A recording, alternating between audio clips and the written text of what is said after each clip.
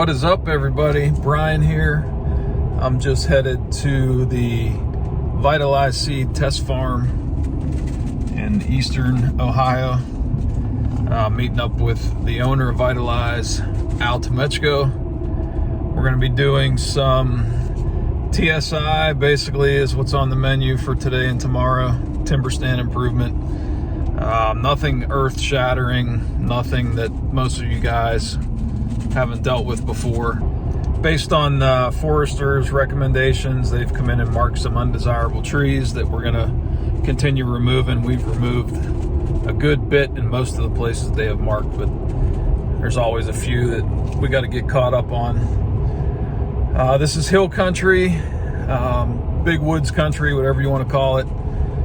It's pretty well known how deer use hill country and terrain for bedding.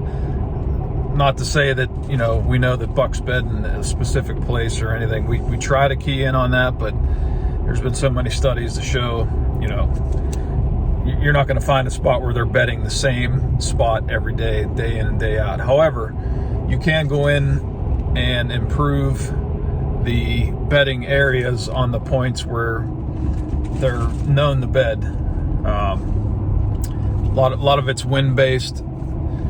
This has been talked about a million times. You like I said, most of you probably understand it, but if you don't, it's very easy to look up.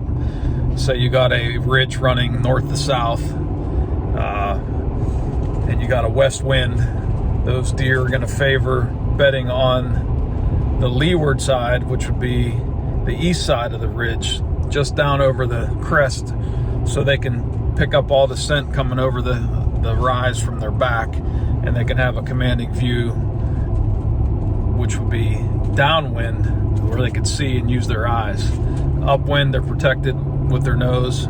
So it's just, it's a generally accepted fact, and people know where doe groups bed, and bucks will take advantage of that too during the rut. So we're just trying to improve those spots, and we're going to do some edge feathering. Kind of like Al mentioned a couple times to me, just kind of resetting. That's a really good term, resetting some of the early successional areas that have grown up or that the deer have quit using. But yeah, a lot of chainsaw work. So we'll walk you through what we're trying to do, and I'll check back with you as we're progressing.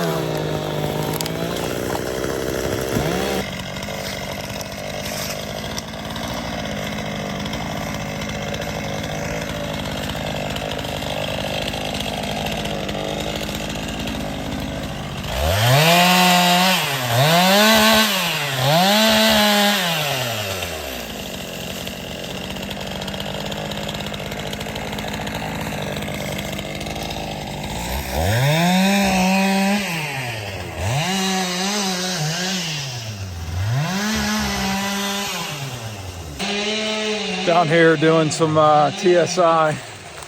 See this? Al had a forester come through here and marked all these trees with a little blue slash. So that's a beech tree. I'm just going through and taking down some of these.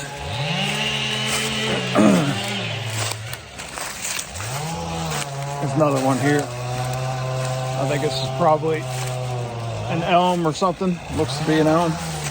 But yeah, just making our way around here, trying to fulfill his requirements for the forestry program, and getting some sunlight in here. So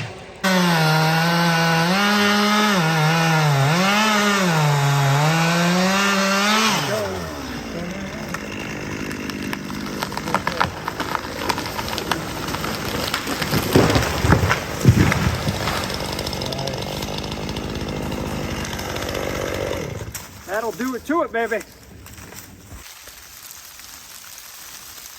You gotta love when it starts raining when they don't call for any rain. But you could see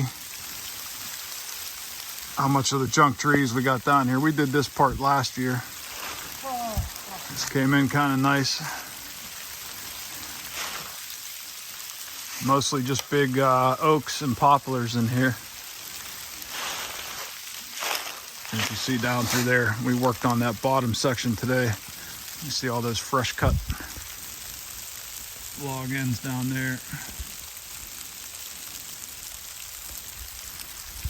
But you can see this older section, how much this has grown up. It's kind of nice, not so much multiflora rows, and invasives aren't too bad. To keep an eye on that, but just plugging away. Eventually this will thicken up. You just have all these mature trees scattered in here.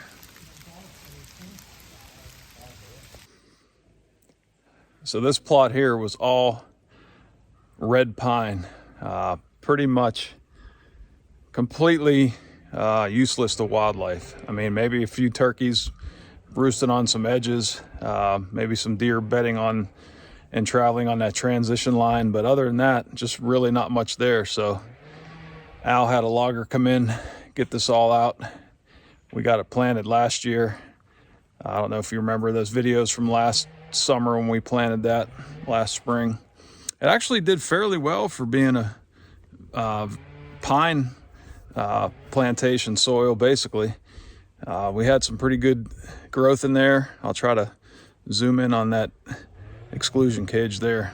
It actually came in pretty nice, but the deer hammered it. So, but we killed a bunch of does and we improved this whole area. So it's just, you know, a little bit at a time, and every little bit helps. So just keep plugging away.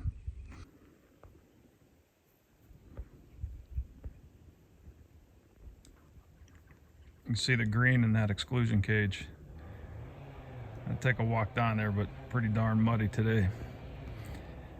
But pretty happy with the way this turned out, and it's really going to take off this year. And then this far end, where the loggers left some of the piles of stuff that they didn't take, we've got a trail going through there, and that came up in clover last year we planted, and this is just going to all get really thick and provide bedding. And you know, they'll be bedding out there on that point and coming out to this field to feed. So pretty predictable way to intercept them.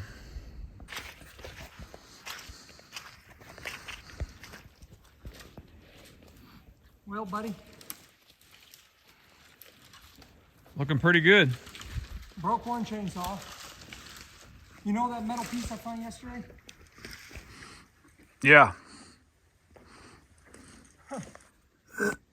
So we got that food plot right here. You see the green kind of down a slope here, so hopefully you can see that. Just clearing out these maples, getting some really nice edge feathering going here. Get this all thickened up. Got a couple more maples here. That looks like yeah, that might be a maple too. A couple maples. Just working our way along this edge here, trying to thicken this up. That'll do a couple of things. It'll make the deer in the food plot feel more comfortable, and then we'll cut a trail or two or three for different winds where we want bucks to come out, so they can't just cruise the edge here and just look and keep going. They'll actually have to come up into it and see what's going on. So just keep plugging away here. You can tell once you get a couple of these bigger maples down.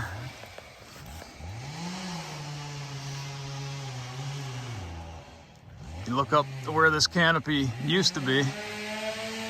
That's what you want. Now, there's no sunshine today, but there will be. And this will blow up in between that food source and that food source. And we'll come back through and cut some strategic trails. Get these deer going where we want to go, where we want them to go.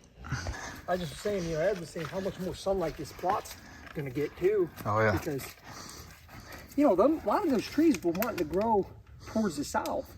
So they're coming up over the plot and it's all junk timber. Like I was telling him, like maple, I don't know, some sassafras, sumac. I didn't see a single oak.